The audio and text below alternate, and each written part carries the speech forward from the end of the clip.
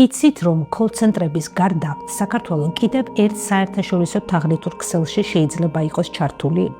ამჯერად საქმე არა ევროპელი პენსიონერების ძარცვას, არამედ აზარტულ თამაშებზე დამოკიდებულ ადამიანებს ეხება. ზოგიერთმა მათგანმა ამის გამო თავიც კი მოიკლა გაერთიანებულ სამეფოში.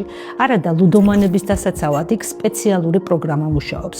ეს პროგრამა მისი ბენეფიციარებისთვის მინიმუმ 6 თვით და მაქსიმუმ 5 წლით ქვეყნის მასშტაბით ლიცენზირებულ ყველა ონლაინ კაზინოს ბლოკავს, მაგრამ არალიცენზირებული ონლაინ კაზინოების ქსელების მმართველები 1000 გვარ ხრიგს მიმართავენ, რომ მათი სერვისი უპრობლემოდ ხელმისაწვდომი იყოს იმ ლუდომანებისთვისაც კი, რომლებიც ევროპაში სხვადასხვა პროგრამაში ერთვებიან, რომ დაეხმარონ აზარტულ თამაშებზე დამოკიდებულების შემცირებაში.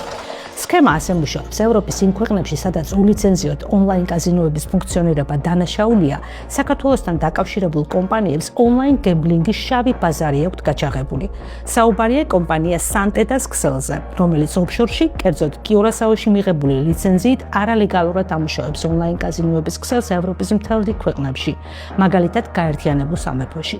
ონლაინ კაზინოების გადახდებისთვის კი კვიპროსულ კომპანიას იღებებს. სწორედ კვიპროსული სანტედა უკავშირდება საქართველოს.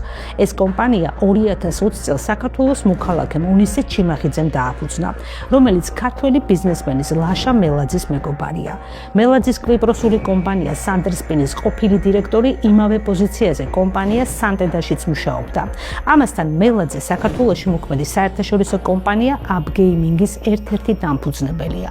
სანტედა კი აპგეიმინგის კლიენტია, თუმცა კლიენტთან დადებული ხელშეკრულების დეტალებს კომპანიაში არასაჯაროებენ. აპგეიმინგის დამფუძნებლებს საქართველოში მსხვილი სამშენებლო ბიზნესი აქვთ, მათ შორის უმსხვილესი აზარტული თამაშების ქართული კომპანიის ბეთლაივის დამფუძნებლებთან ერთად. ბეთლაივის დამფუძნებლებს კი ახლო კავშირები აქვთ ქართულ ოცნებასთან და ბიძინა ივანიშვილთან. იხარჯება თუ არა ონლაინ გემბლინგის შავი ბაზრიდან მიღებული შემოსავლები მსხვილ სამშენებლო პროექტებზე საქართველოში. დეტალები ნახეთ მონიტორის ახალ ჟურნალისტურ გამოძიებაში.